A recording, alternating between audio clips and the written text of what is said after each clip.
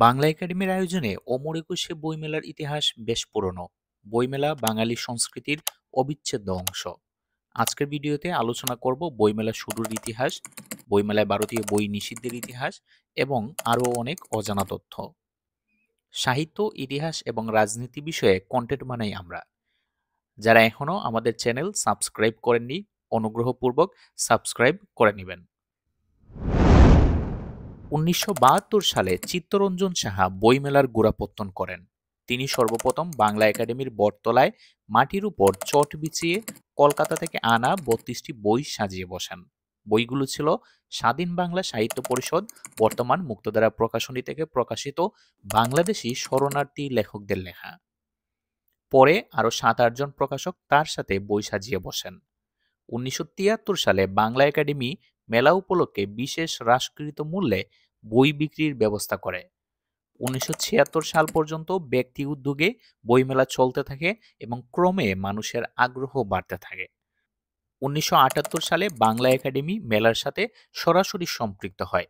১৯৭৯ সাল থেকে বড় পরিসরে ৭ থেকে ২৮ ফেব্রুয়ারি পর্যন্ত ২১ দিনের বইমেলা শুরু হয়। ১৯৮৩ সালে সর্বপ্রথম মাসব্যাপী অমর একুশে বইমেলার আয়োজন হয়। ১৯৫২ সালের ২১শে ফেব্রুয়ারি ভাষা আন্দোলনের শহীদ স্মরণে এই মেলার নামকরণ করা হয় অমর একুশে গ্রন্থমেলা। বইমেলায় ভারতীয় বই নিষিদ্ধ হয় ১৯৯৮ সালে। আহমদ ছফার নেতৃত্বে বাংলাদেশি লেখক এবং বুদ্ধিজীবীদের একটি দল ভারতীয় বই নিষিদ্ধের আন্দোলন শুরু করেন। তাদের দাবি ছিল ভারতীয় বই নিষিদ্ধ না হলে বাংলাদেশি জাতীয়তাবাদের বিস্তার হবে না।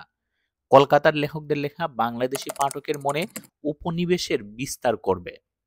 সুনীল, সমরেশ, তারাশঙ্করের বইয়ের সাথে নব্য স্বাধীন বাংলাদেশের লেখকরা প্রতিযোগিতা করে টিকতে পারবেন না। অন্যদিকে বাংলাদেশের প্রকাশনা শিল্পের বিকাশের জন্য বইমেলায় ভারতীয় বই নিষিদ্ধ করতে হবে, এটি ছিল তাদের আরেকটি দাবি। একুশে বইমেলা যেহেতু বাংলাদেশি বইমেলা, এটা আন্তর্জাতিক বইমেলা নয়, সুতরাং অন্য দেশ থেকে প্রকাশিত বই বিক্রি করা যাবে না। উল্লেখ্য, বাংলাদেশের কোনো প্রকাশনী থেকে প্রকাশিত যে কোনো দেশের লেখকের বই বিক্রি করা যায়। অনেকে মনে করেন আজকাল বই তেমন একটা বিক্রি হয় না, মানুষ বইটই খুব একটা পড়ে না। তবে পরিসংখ্যান বলছে উল্টো কথা। বইয়ের বিক্রি, পাঠক এবং লেখকের সংখ্যা ক্রমান্বয়ে বাড়ছে। ২০২৪ সালের বইমেলায় মোট বিক্রির পরিমাণ ছিল প্রায় ৬০ কোটি টাকা, ২০২৩ সালে ৪৭ কোটি টাকা এবং ২০২২ সালে ৫২ কোটি টাকা। গত ৩ বছরে মেলা উপলক্ষে প্রতি বছর ৪ থেকে ৫ হাজার নতুন বই প্রকাশিত হয়। বর্তমানে প্রতি বছর বইমেলায় প্রায় ৬ শতাধিক প্রকাশনা প্রতিষ্ঠান অংশ নেয়। এছাড়া লিটল মেঘ চত্বরে অংশ নেয় শতাধিক ছোট বড় সাহিত্য পত্রিকা। ২০১৪ সাল থেকে বইমেলা সোহরাওয়ার্দী উদ্যানে সম্প্রসারিত হয়। ২০২১ সালে করোনা ভাইরাসের কারণে বইমেলা অনুষ্ঠিত হয় মার্চ মাসে।